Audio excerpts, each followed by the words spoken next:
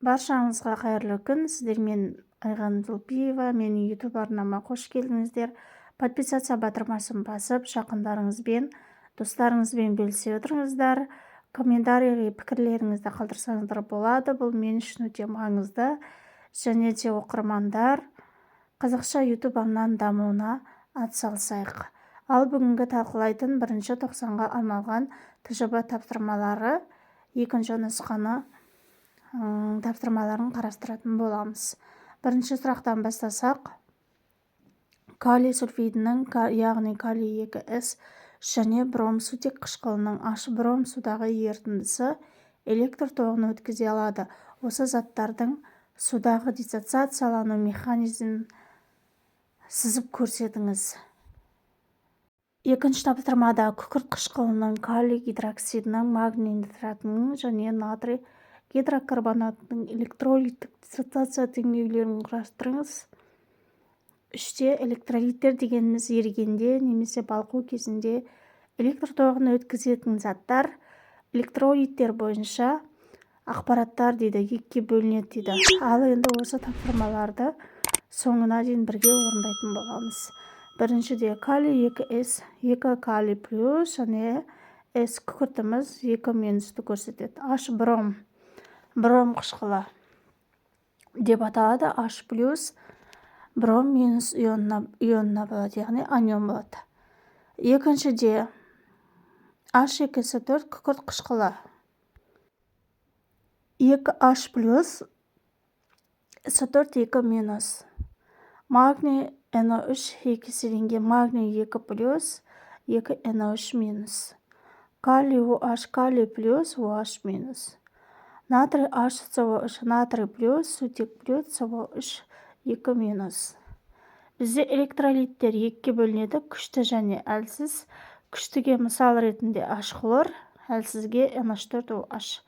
Диссоциацияның дәрежесі 30%-дан жоғары болып тұр күштіде, әлсізде диссоциацияның дәрежесі 30%-дан кіші болып тұр. Енді бізде төртінші тапсырмаға келетін болсақ, молекулалық толық және қысқартылған иондық теңдеудің жаңағы толығымен реакциясын жазыңыздар деген екен.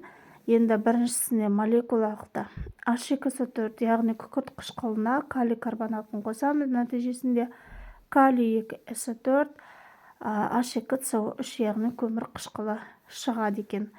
Толық иондық теңдеуде иондарға ыдыратып шығамыз. Тек қана тұнбаға түскен формуланы ғана иондарға ыдыратып жазбаймыз. 2H плюс S4 2 минус, 2 калий плюс CO3 2 минус. 2 калий плюс S4 2 минус плюс H2CO3. Қысқартылғанда не қалды, соны жазамыз. S4 пен S4 кетті, калий мен калийді қысқартып жіберетін боламыз. Нәтижесінде қысқартылған теңдеуде 2H плюс CO3 2 минус. Нәтижесінде H2CO3. Енді Б тапсырмасында калий 2S4 сілтілік ортаны көрсетеді. Бесінші тапсырмада сәйкестендіру қажет. Кестеде берілген иондарды енді темір 3 плюс калий тиоцианатымен сәйкес келеді. Күпрім 2 плюс сілті, карбонат ионы тұз қышқылымен, фосфат ионы күміс нитратымен сәйкес келеді екен. Ал енді 6-шы тапсырмада бізде есеп берілген. Есепте темір 2 хлоридінің массасы 20 грамм және натрий OH-тың массасы 15 грамм. Екеуін әрекеттестіргенде пайда болатын темір гидроксиді, яғни еківалентті гидроксидінің массасын табу қажет болады. Ең алдымен реакцияны құрастырмай жатып, зат мөлшерін тауып аламыз. Бірінші темір хлоридін зат мөлшерін табу үшін 20-ны 127-ге бөлеміз. 127 қайдан шықты деген сұрақ туындауы мүмкін. Бұл жерде темір хлор 2-ның мр болып саналады.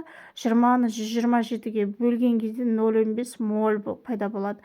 Енді натрий OH-тың зат мөлшерін анықтау үшін 15-ті 40 грамм мольге бөлеміз. Нәтижесінде 0,175 моль шығады екен. Енді бізде натрий OH бізде үлкен болып тұр, сондықтан темір хлормен есептейтін боламыз. Реакция теңдеуін қарастырамыз. Темір хлор 2-ге натрий OH қосамыз.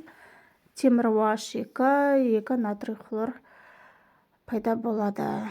Реакцияның натрий OH-тың алдына 2 деген коэффициент қоюды ұмытып кетпеңіздер. Мен ұмытып кетіппін.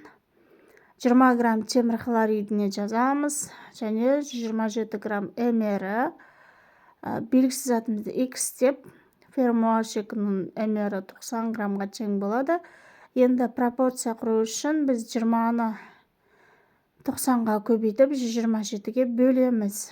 Нәтижесінде 14-17 грамм жаңағы темір OH 2-міз пайда болады екен.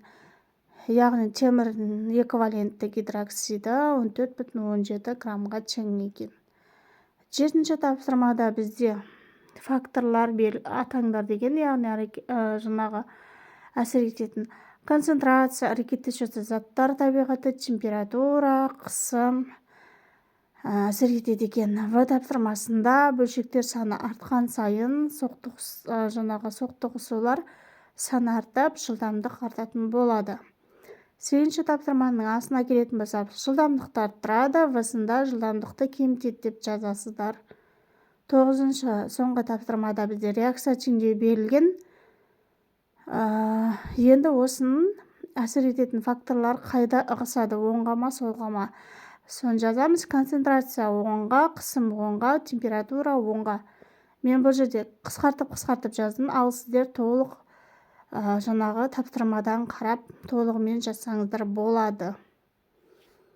Осымен біздің ТЖБ тапсырмалары аяқталды. Егер видео ұнаған болса, жақындарыңызбен, достарыңызбен бөлісе отырыңыздар.